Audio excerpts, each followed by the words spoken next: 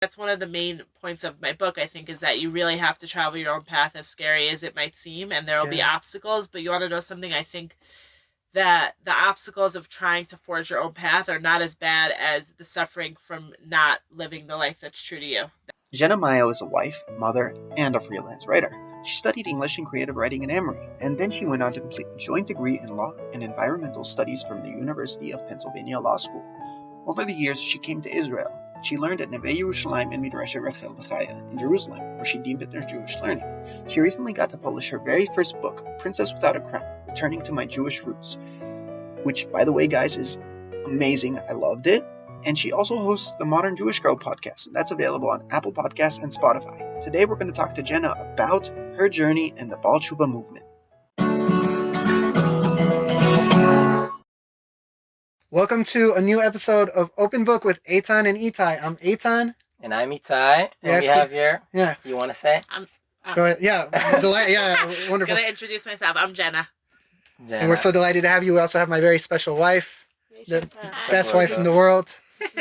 She's joining us, and we're going to talk about Jenna's new book, Princess Without a Crown, one of my Mamash favorite books now. Thank you. Delighted to read it.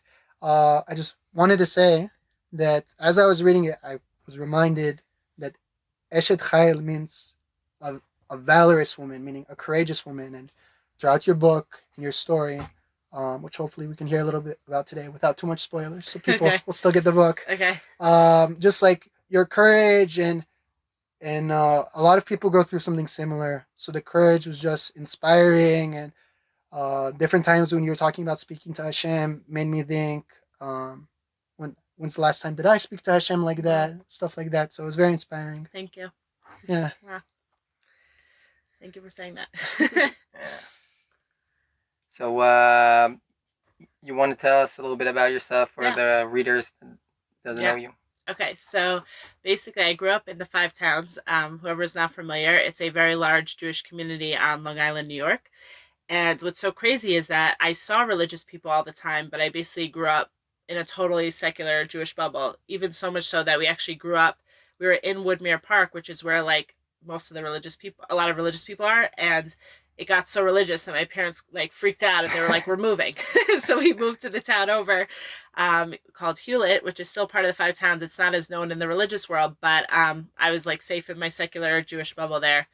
So basically, long story short, obviously, I had a bat mitzvah. I went to a Reform temple, we called it, Reform shul. But yeah, temple, but as they call it. But I was just like, Judaism is so irrelevant, it's so archaic. Like I had all these misconceptions, and so I went off to college with that.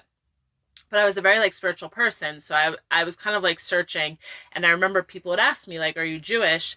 And I would answer, "I'm culturally Jewish, but like I'm spiritually other." Like I just didn't know, and that just shows also like how disconnected I was from Judaism. That I thought like Judaism wasn't spiritual. It's literally like the deepest religion on the planet, like all the answers to all of reality. So anyway, that's like a little bit about my story, but yeah, just a little background there.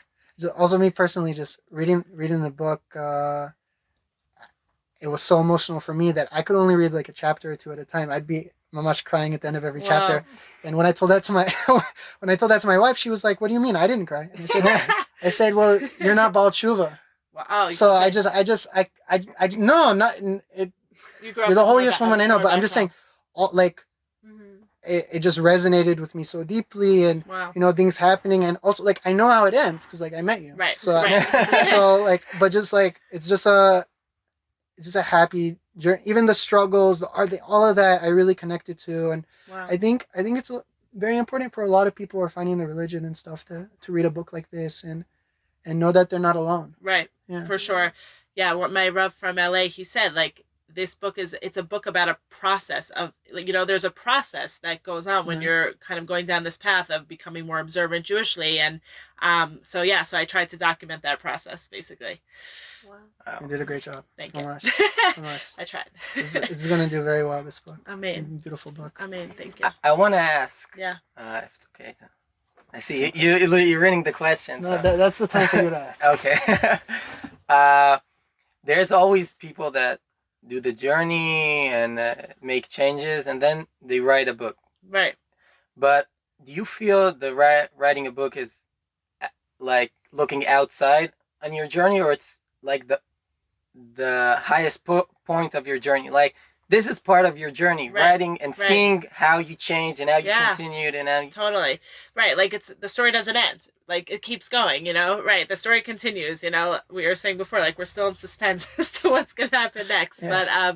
But yeah, I definitely felt like, as much as I really wanted to tell this story, really for people who are not religious, to kind of understand like what happened.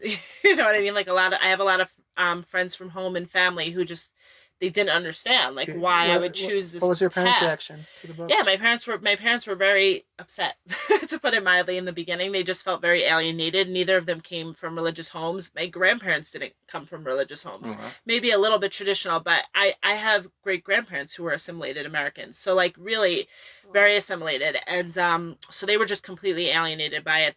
They By the book or by the like, process? no, well, by the whole process of me becoming religious, and they just took it almost as like a rejection of how they raised me. And I kept trying to tell them that it was like adding on to the good values they gave me and all the good things, but they were like, no, like the rabbis just told you to say that, which was partially true.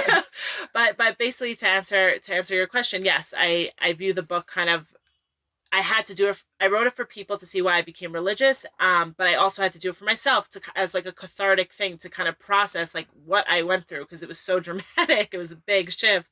But yeah, for sure, it's not. I hope it's not the high point. I hope that keeps going up from here. Yeah, is that the same? Yeah, is that the same? Yeah. What was it like? In a few places in the book, you mentioned Rabbi Kiva Tatz reading his books. I think Letters to a Buddhist Jew was the first Jewish book you read. What was it like when he gave an askama for your book? It's pretty wild. Yeah. And how did that happen? Can you tell us about that? Yeah. So basically, okay, when I ended up going to law school at Penn, which I read about in the book, University of Pennsylvania, and when I was there, one of the Kiruv couples on campus, they were at the time the Linds. Now he went on, Rabbi Lind, to start Mayor Manhattan, which is like a big Kiruv center on the Lower East Side of Manhattan, it's very cool. But at the time, thank God they were at Penn, and I feel like the whole reason I went to Penn was for this family, because we became very close. I basically spent many Shabbosim and Yom Tovim in their home, and they had a close kesher with Rabbi Tatz. So a lot of times Rabbi Tatz, they would bring him in to speak to the students. He would stay in their home, and so like I got to meet him on a couple of occasions. Wow. So he kind of vaguely knew me. And my husband also was very influenced by Rabbi Tatz. I feel like every Baal Jew is very influenced by Rabbi Tatz, but we both were very influenced by him. So my husband joined one of his, he has like a workshop with Jewish workshops where you can learn with him weekly. So my husband was in that for a while. So anyway, we had enough of a kesher that I was able to reach out to him and get a haskama, which obviously was a big deal. So, yeah, for sure. Wow. Yeah. Yeah. So, I'm actually a product of Baal Teshuva parents. Oh wow. So, I mean, it's very different, to say the least, because they're from Iran and old generation, you know. But it gave me a little bit of perspective as to how hard it must have been for them. Wow. Especially without the kind of support system that now Baal Teshuvas have. Right. They had one rabbi, and my mom wasn't able to become religious until like a few years ago, actually, because her family rejected, and said like if you become religious, you can't come to our events or whatever. That's awful. So I just thank you for. They might hear this, you know that. It's okay. They know. But thank you for your sacrifice, because it's not for sure. It's and to read it, it's really powerful. So thank you so much. Wow. So, something that I'm directly curious about, and I hope it's okay to ask, because I know you're still figuring out Israel and stuff like that. Yeah. You really started being like, from my understanding of the book, you like, hey, maybe there's something to this Judaism thing when on a trip to Israel. Do you think that it was because you're in Israel and it's a spiritual place, or because you're being around religious people, or both? Or it's interesting, because at the time when I was on this trip, I was 19 years old. I basically had never done real Torah learning in my life, and you're supposed to do this like 10-week program. It's basically like you do this 10-week learning program, and then you go on the trip. This is what they do, you know. So on these college campuses, and they have the free sushi info session, like, you know, sushi is very appealing, whatever. So it was major hashgacha pratis, but basically I had a friend who had gone on the trip, and I had wanted to go on a birthright trip, which, as you know, is not so religious. And Right. I didn't get on the trip, which was bizarre. And my friend said, you really should go on this trip. But at this point, this Kiruv trip, but it was very late in the semester. So basically, the rabbi just took me last minute. So I had not even done like the basic intro classes. So I jumped in cold, and like I had no idea what to expect. And next thing I know, they took the girls every day for 3 weeks to Neve for 3 hours a morning, which coming from like zero Torah learning was like shocking. Like it was so much Torah learning. So I think the Torah learning was like what initially sucked me in, but obviously we know like learning Torah in the land of Israel is extremely powerful and it's more potent. It's not like learning Torah outside of the land. And I definitely felt like I felt Hashem here like very strongly. Even at that time when I didn't even know the word Hashem, but I really felt it. So I think for sure being in the land had an influence. Amazing. We didn't welcome her to Israel. Thank you. Yeah, good welcome. Thank you for welcoming me. Me and Itai especially, we I'm pretty unaffiliated, but I like really hope you stay. Like that's a political statement these days, but like every Jew that's here is a huge thing, especially because people as you know, people get assimilated and stuff. So it's the best safeguard. We definitely think. I mean, it's obvious. I think that it's the future of the Jewish people. Yeah. You know. So yeah, I hope we can stay. You came here during the Corona too, huh? Yeah, we came during Corona. Wow. Yeah, it was That's a bold crazy. move. Difficult, Did the Corona influence? The Corona did influence it, yeah. Huh. Because basically what happened was, and I think a lot of people dealt with this. I mean, Nefesh B'Nefesh reported, I read that last May they saw like the biggest surge in applicants like ever almost of people trying to come. And I feel like what happened with Corona was people suddenly were forced to look at their lives. You know, it's very easy when you're running to your job and you're running here. It's like, okay, I have a purpose, you know, but then all of a sudden you can't go to your job. School's not open. You're stuck in your box in you know, Chutzlar, or at least we were stuck in our apartment for months on end. And we're just like, what are we doing here? Like, let's just go sit in a box in Israel. Like, it's better. Like, and we also knew like Israel was the type, like the yeshivas would stay open more or less. The ganim would open. The mir's like, pretty open right now. Yeah, the mir's pretty open. But I think like also in terms of us getting married, we also made the decision just to get married and not wait for the Corona to die down because like we're like sitting in separate so you got places. married during Corona. Yeah. Oh, wow, Mazel Tov, you Like, guys are new. Yeah, we're like sitting in separate like I was in yeshiva, she was in an apartment, and I'm like, this is costing both of us money. We don't have jobs. Right. Let's just not have jobs together, you know. Exactly, it has to be practical. Also, Yeah. but... And then we got married and found jobs. Yeah. It was Yeah. great. I know bracha comes through. Yeah. Yeah, it's Yeah, crazy. for sure. Mamash. My rabbi in the States, and he lives in the States, Dafka. He said, because I think there was questions either from her family or from me about money, and he said the bracha comes in Eretz Yisrael in different ways than money. Wow. So I thought that was pretty cool for someone who doesn't live in Israel to say. Wow. He's also Dafka Chabad, and as we know, like Right. they're okay with not living here. They're very okay. Yeah, For sure. so Yeah. and it's their mission sometimes. So it was a big chizuk for me. And Yeah.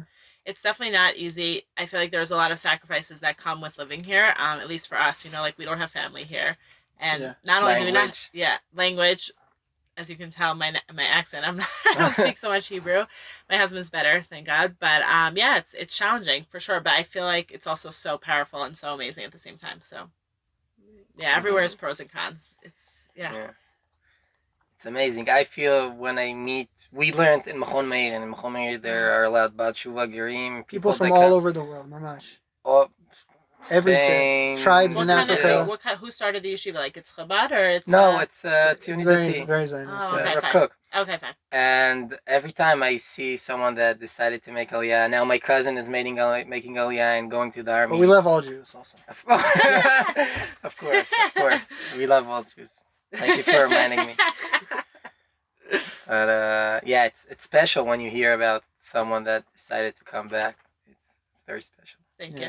Yeah, we felt a very strong pull. And what happened was my husband and I met here 6 years ago. Like, basically, I had gone to law school, and then I felt, without giving too much away, I felt very strongly like I need to get back to Israel. Basically, since the first trip when I was 19 in 2009, I kept trying to come back to Israel. Like, that was like what was going on, and like it was always a fight. Like every trip was such a fight to get back. But Baruch Hashem, I managed to do it basically like every other year, and then after law school, I'm like, I need to go back. So I came back and I met my husband. I married to meet my husband here, and we wanted to start our lives here. We wanted to do Shana Rishona here, and I write about this in the book. Like our families were like so devastated because it's like we're gonna go. You told them after the wedding, so. And we should have probably discussed it with them before. We told them after, and they were just very blindsided. They didn't appreciate that. Also, his family. His family's more relaxed. They're from California, so. Yeah. My family's from New York. But anyway, so we consulted Das Torah, we consulted our Rav, and we decided we had to stay for several reasons in America, and so we put in our time. It was 5 years, and throughout the 5 years, we were dreaming about Israel. But it, honestly, as the time went on, it felt more like a pipe dream. It really did. It started to feel like something that just was never going to happen. And when Corona hit, I remember it was actually Pesach of last year. We were sitting at the table in our apartment alone. I looked at my husband and I said, "It's time." Wow. And you see at Mitzrayim. You see, it's Mitzrayim, you know? Yeah. My father advised us. He said, "You guys should go now, because if you don't go now, it just gets harder." That's the best advice. It's true. It's really, really amazing. true. And just for me, I didn't consider my Aliyah as much as an accomplishment because I have family here. So of course I want to come here. But people like you and also Shefra, like they make Aliyah here with no family here. And just that you were saying that you felt connected to Israel. So my connection was because of my family, but you're connected, mamash, to the land and. You're connected. I think you're connected to the land. I know, but you also have the family connection. Yeah, so it's just such a holy thing. Yeah. So just to veer a little bit off course, I wanted to ask you, in terms of getting to know the religion, getting to know some of the. Hang on, wait a second. I thought this was so amazing. Why is this like this? Yeah. Because there's kind of like there's like a honeymoon period with the religion, and then you find out. Yeah. So just in terms of like something that's become more receiving more media coverage lately and more social media coverage. Agunot, something I wanted to ask you about.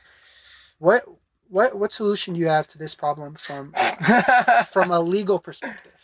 Because law school, all that. So maybe you have like a unique perspective on it, and curious to hear. Yeah, I mean, I'll be honest. I don't know that much about this area from a legal perspective. Mm-hmm. I feel like I know there's a halachic prenup that people can get to kind of protect the wife so that she's not in a situation, God forbid, where she's stuck.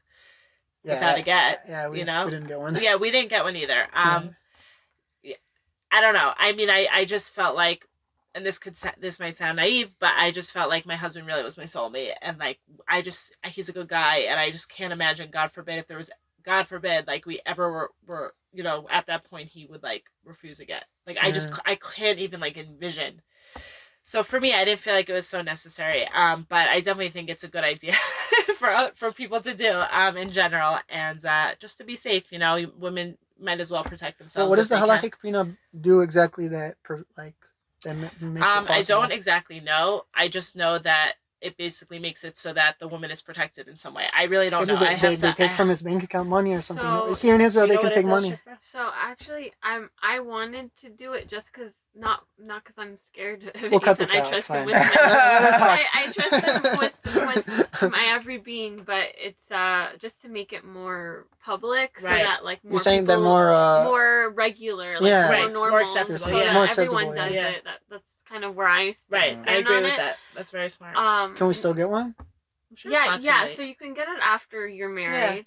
Yeah. I think it makes it legally binding that it gives a stipulation for like a legally binding contract that if they don't give you a get, that you could actually take them to court, sue them, and get them in jail if they don't. I honestly like here in Israel, like if you like refuse a get, the Beit Din starts taking $100 from your bank account every day. Then they send people to break the kneecaps. I don't know. That's really what I thought. I don't know if they can do it with money, but they use a lot of social media. That I think it's maybe it's one of the brachot.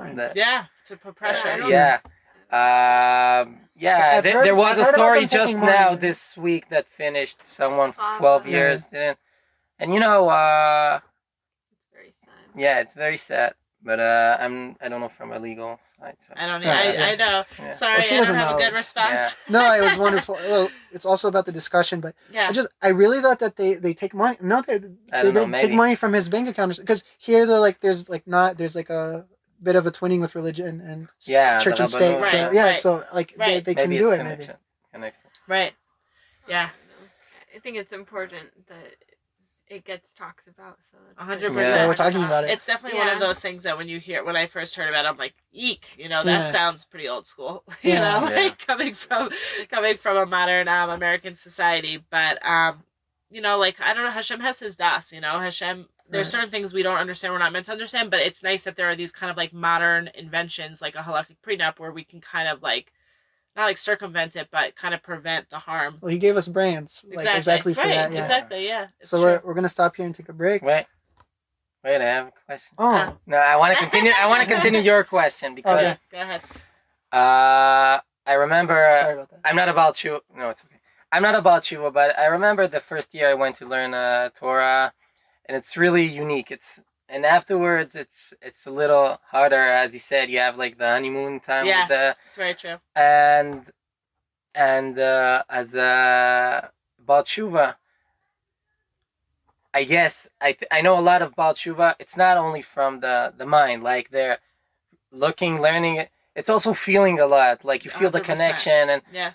and what happened when you you get into something that you really disappoint for. Like Yeah. I didn't think that could be in the Right. like Right. so how you can How do I like move on with it and understand it. You're asking like if when I learned something about Torah, the Torah way of life it just is very upsetting for me or very Yeah. hard for Yeah, me. for sure. Yeah, so I write about this in the introduction to the book. Like Rabbi Akiva Tatz talks about this whole process in life where it happens in love and it happens, in Light and dark. religion. Yeah, and like Yeah. this initial like inspiration when the honeymoon phase, then like you kind of have that kind of gets taken away, and then you have to like struggle, and then you kind of have to earn the inspiration for yourself again. So I feel like that happens over and over again, like in our lives. Rats for shuv in the That's over shov, yeah, the breast of- yeah, that's you over told me shov. about that. Like yeah, which is that coming like That's over show. You go forward. Yeah. and You go back, forward, you go back. exactly Right, yeah. forward and back, forward and back.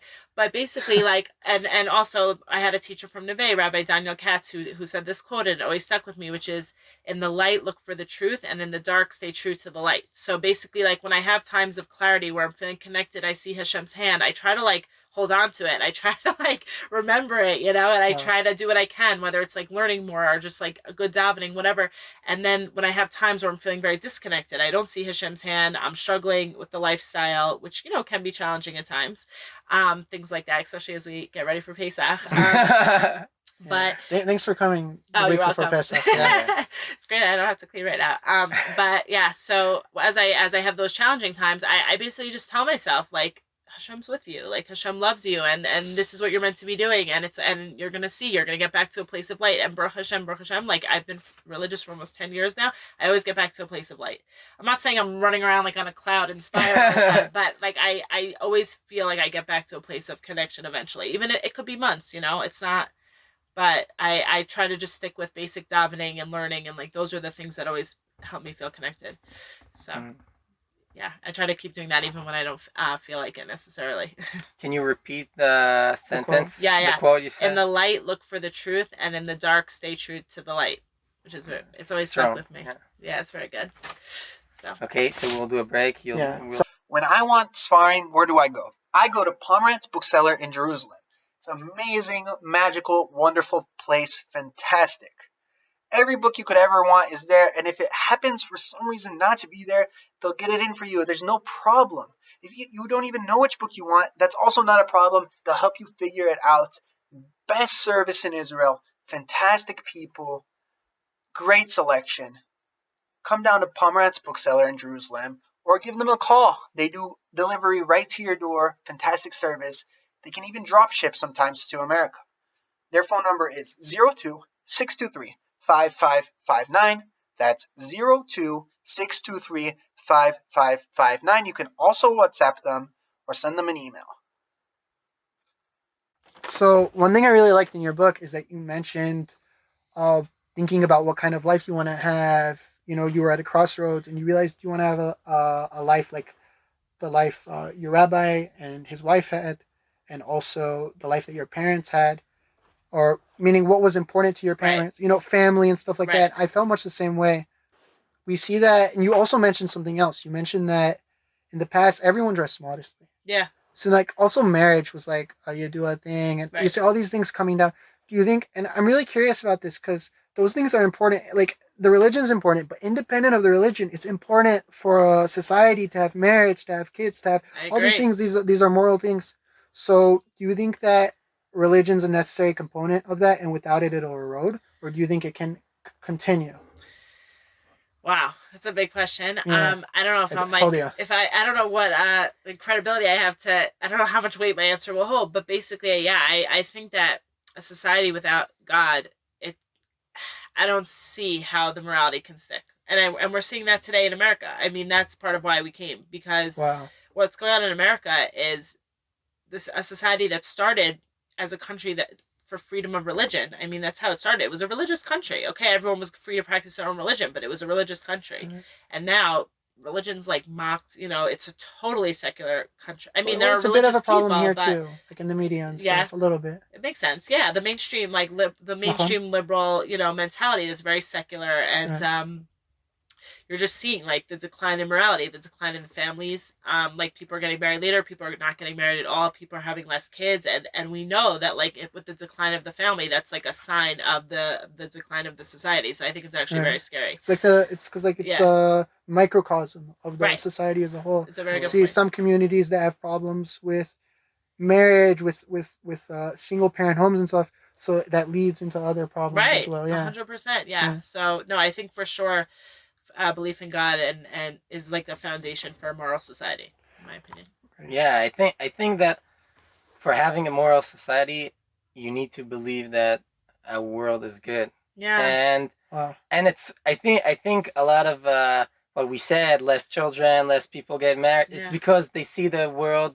Maybe it's They think the world is unconscious, bad. but they don't want to bring children to this world. And when you have a belief, you see things from a different perspective. Even take Judaism outside.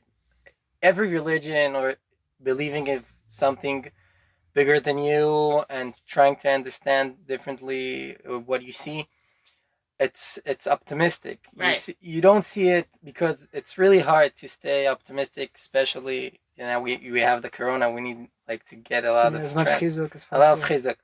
And I feel wherever you see people want to make life bigger, more children, marriage, that a good Not it's a more. good sign. Not more Yeah. wives. Not more One wives. wife. Yeah. That's a good sign. That's a good, very very good sign for optimistic and loving life. Yeah. Which is Yeah.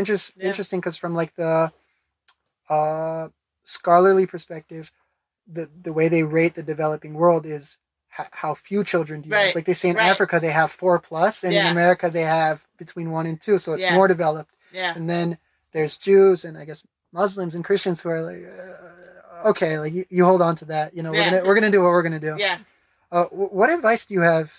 You know, there's probably, especially in America, hundreds of people in college, who are getting into this Judaism stuff and being like, what am I going to tell my parents? My parents did everything to keep me away from this. Yeah. What advice do you have for people going through that? Oof. And this is It's not Mamash, only this is what this episode's for. it's not only Judaism. It's Yeah. everything that you want to do, and it's different from the way your Exactly. parents want Exactly. you to go. Yes. For sure. Very good. Yes, exactly. Yeah, So much that's better. definitely one of the main. No, it's both points. That's one of the main points of my book. I think is that you really have to travel your own path, as scary as it might seem, and there will be Yeah. obstacles. But you want to know something? I think that the obstacles of trying to forge your own path are not as bad as the suffering from not living the life that's true to you, that you're gonna Yeah. have to endure by living a life that's not authentic. So I just couldn't deal with that anymore, and I had, as painful as it was, there's also like a sense of like rebirth or like growth that comes, that's very satisfying through that painful process. But an advice that I would give is it's very important to have a good mentor. Very important. Right. For sure. People who are grounded, people who know you well, people who are good role models, who can really guide you. That they were like my rocks. I mean, my It's role models priceless. were, it's priceless. Like I wouldn't have been able to do it alone. I literally had like a whole support system of people who were helping me through those difficult times when I felt just like very alienated from my family, and it was very hard because I'm very close to my family. So like feeling like I didn't have their support, and I needed other support, so like for sure having mentors is very good, and then also surrounding yourself with the right people, like friends wise. I think it's obviously easier if you're with people who are on a similar path, a similar derech, who are also growth oriented. That's important too. So What was it? Something I found that when I was becoming religious is that slowly, my non-religious or non-Jewish friends kind of just they fall off. Yeah. they fall, and like it wasn't me, you know. You just have to So be who you are, and if people, did you feel some? Did you experience yeah, something similar? I definitely lost friends. I mean, but Right. it's like how good friends were they? You know what I'm saying? Like, because like this is who I am. So if you don't want to stick around, like it just wasn't. We weren't meant to be friends. And I also feel like people are meant to come into your life for certain periods of time. Not everyone's meant to stay in your life forever. And like that was a hard realization for me. Like I For lost some forever. friendships that were very dear to me, but I wouldn't Sorry. say that. Meaning the ones that were really like special, I held on to them and we made it work even through Till everything. now. Till now. I'm saying I have a few friends from high school who I'm still, nothing ever changed throughout the entire thing. They were with me, Did supported anyone me. else become religious? I never, no, I haven't influenced any of my close friends to become religious, and that was something I never was trying to do. I'm not trying to like proselytize to them or anything like Right. that. I just try to set a good example, honestly. Wow. That's the But best way. but I wrote about this in the book. Like it's funny, like people have a lot of cognitive dissonance. Like I feel like a lot of my friends who are secular or Jewish, like they look at me and they're like, "Wow, that's amazing. It's so interesting." But like it has nothing to do with me. Yeah. I'm like, "You were at Sinai too," but like I'm not gonna tell them that. Yeah. I'm not gonna put them on the spot like that. I think people, I get it. There's a lot of resistance to becoming religious, and especially It's they didn't hard. they It's didn't hard to have. be It's religious. hard, Yeah. and listen, I think it's harder to live a secular life without the Das Torah and the tools and all of that. I really hold by Yeah. that. But they didn't have the opportunities that I had. They weren't in the classes that I was in. They don't get it. You know what I'm saying? I don't, who knows what they would have done had they been on that Who trip. knows what ancestor you had praying for That's true. you? That is true. That's why we have to pray for Yeah. everyone. That's true. Uh, Yeah. you know, Sorry, I just wanted to say something. The funny thing is, I hear both of you. When I went to college, that's when I made the majority of my friends, most of which were not religious. They went to Chabad events with me, but that's pretty much it. Yeah. And I'm still friends with them. I don't talk to them that often. I don't Right. talk to much people that often. Yeah. It's hard to. It's hard to stay in touch. but Yeah. but when I do, it's just seamless, and when I switched over from my English name Shannon to Shefra, Yeah. they also switched it with me. Like they didn't Wow. resist. That's Most very of nice. the resistance were actually from friends who were actually religious. So Interesting. it was very interesting. I was in a sorority, also a Jewish sorority, Yeah. Itai, and the whole sorority were like, okay, you're Shefra, that's it. Wow. Like, so That's amazing. I'm sorry that you guys had to go through. No, such I a mean, I thing. think it's painful, but ultimately, like like your true friends stick around, and you also make an effort to keep up the friendships that, are important to you, even if you have less common grounds or whatever it is. But What was your question? anyway. I wanted to ask and mention, I had friends in the Tirunut, non-religious people, that I asked him like straightly, how can you live a life without believing? Like, isn't it so hard and tough? And he told me like it's the hardest thing Wow. ever. Like you go every weekend, drink, try not to think about it. And no, really, I know it's like true. it's questions very that honest to say that. it's questions that people have, Right. and they don't have a way to confront it. And I wanted to ask, people from outside can look about someone that is about tshuva and say, oh, now he has more laws and Yeah. his life will be harder. Yeah. And I know what the answer, but I think Yeah. people need to Hear to your hear answer. you saying it. Yeah.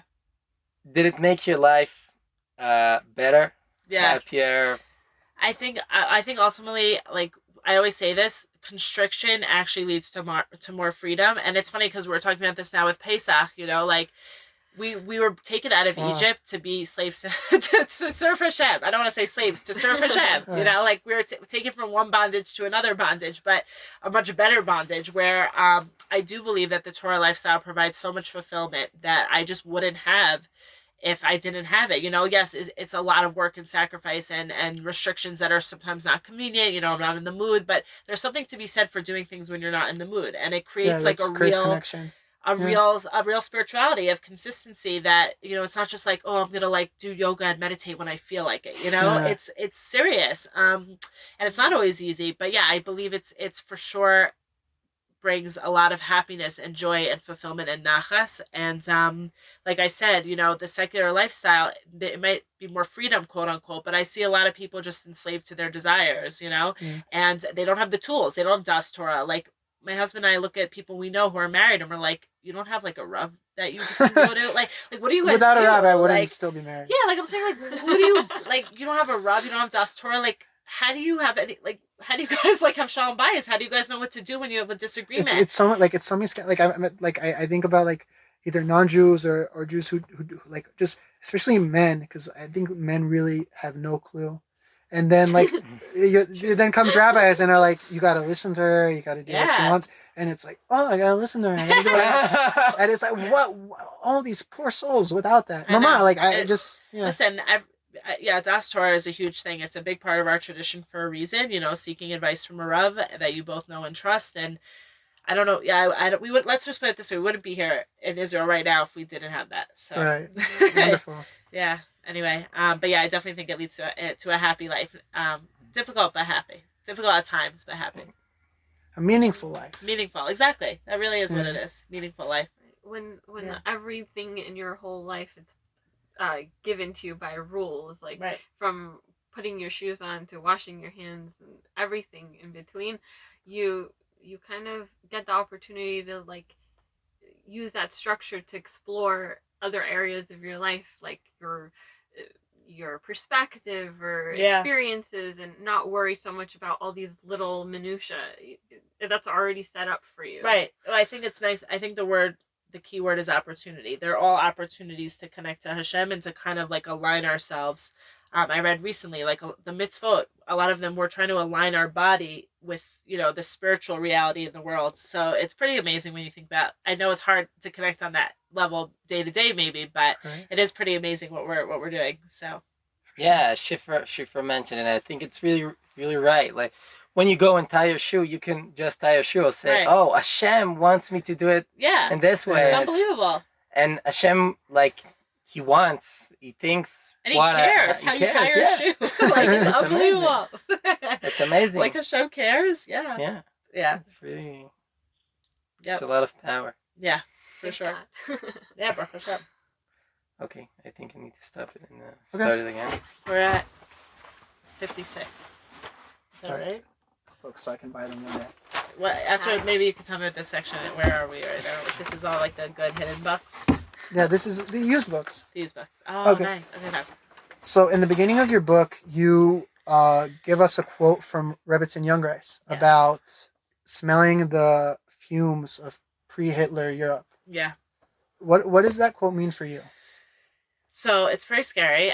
What's crazy is, she passed away in August 2016, Rebbetzin Youngreis, and she was a Holocaust survivor. And I felt a big kesher with her and her teachings. And so I remember right when I heard she passed away, I went on her website. She started an organization called Hineni, like a Jewish outreach education organization, and she would blog on it, write articles. And I wanted to see the last thing she had written. So I went on and that quote was taken from that article. That was the last thing she had written, and it was so like spooky because to hear from a Holocaust survivor like I smell the fumes of pre-Hitler Europe.